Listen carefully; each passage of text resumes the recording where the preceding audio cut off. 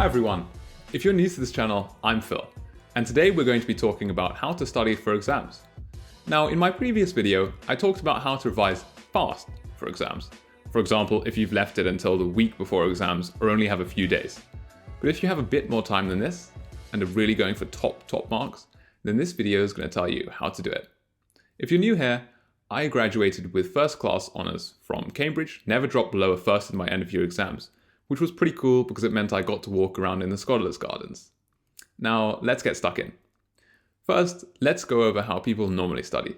Usually, you'll do it the way that you're told by your professor or your teacher. So you just go through the same motions as you did during term. i.e., you start by dusting off your reading list, then you go through all of this reading, ticking off the content as you go along.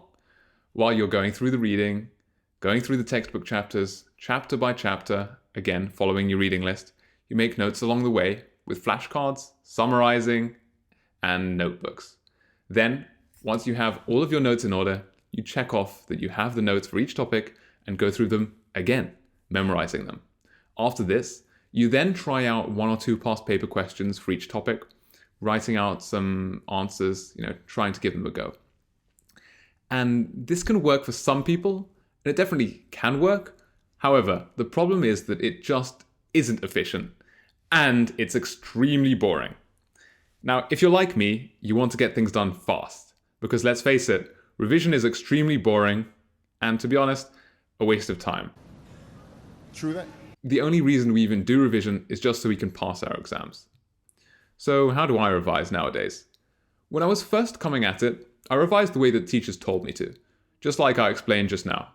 But the problem is, I ended up running out of time, because it's simply too difficult to read through the massive reading list we get set, and make notes, and then do exam practice.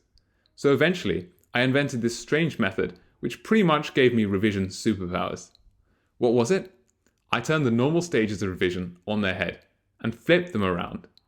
Instead of leaving looking at exam papers right till the end, what I started doing instead was looking at them first, trying to do the questions.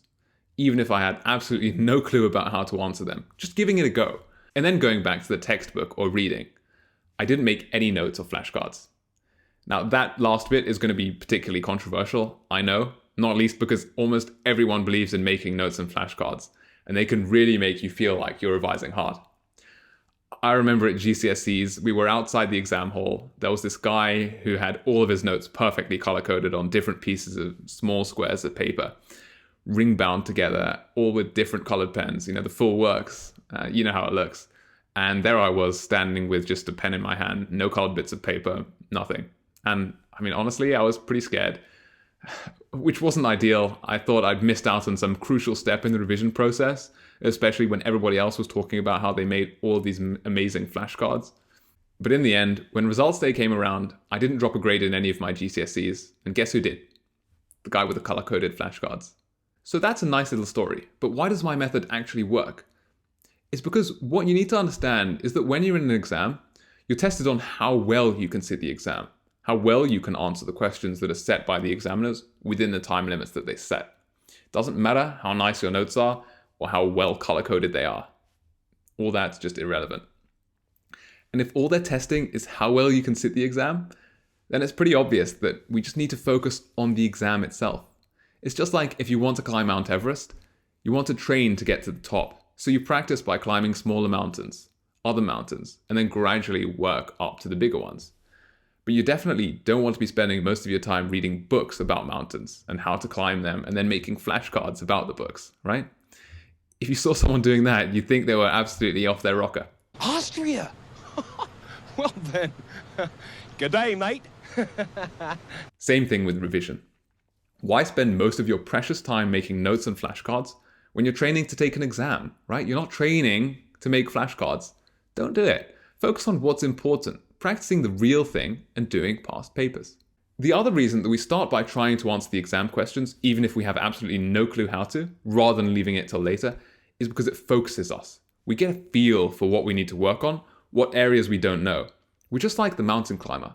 After climbing his first mountain, he now knows what to focus on. Maybe it's his speed. Maybe it's how to use crampons to climb up walls of ice. Maybe it's how to deal with the anxiety.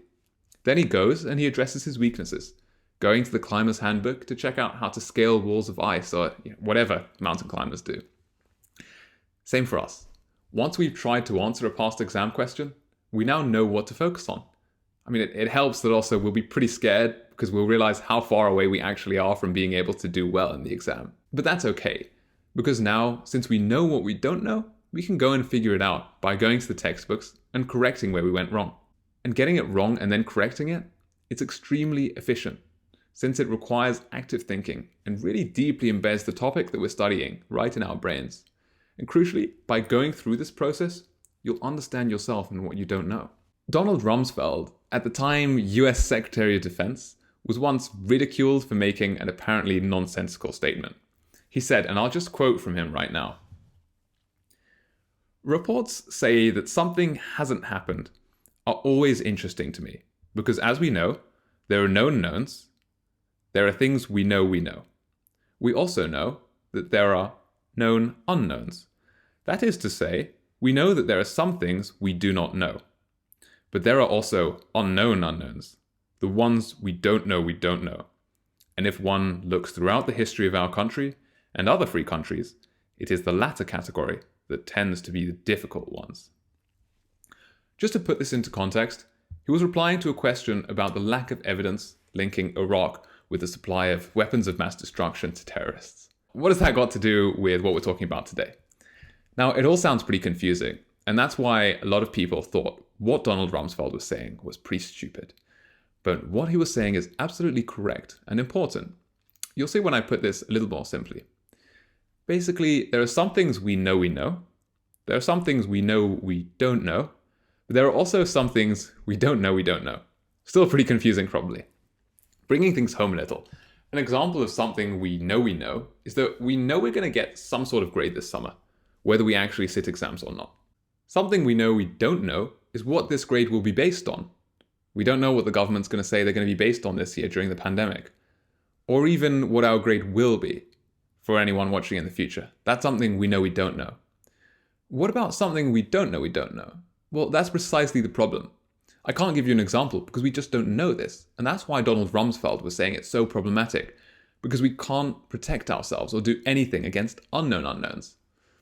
Well, he was speaking on the global scale, right? So we've got to try and minimize the number of unknown unknowns as much as possible. Good thing is that with exams we can do this pretty well. By doing past papers, and also by looking at the syllabus, we can pretty much eliminate the unknown unknowns. Once we've done that, all we need to do is focus on the things we don't know and look those up in the textbook, right? Importantly, we don't waste time reading about stuff we already know. And most of all, we don't end up missing anything out. Those would be the unknown unknowns. To conclude, to study for exams, start by looking at past papers. Start by doing them. And that should be your focus going all the way through your revision, from start to finish. And as you come across areas that you don't understand, look them up and figure them out.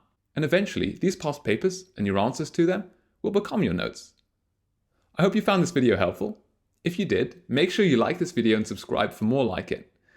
If you have any questions about this pretty controversial method, just let me know in the comments below and I'll do my best to answer them. Thanks for watching, and I'll see you in the next video.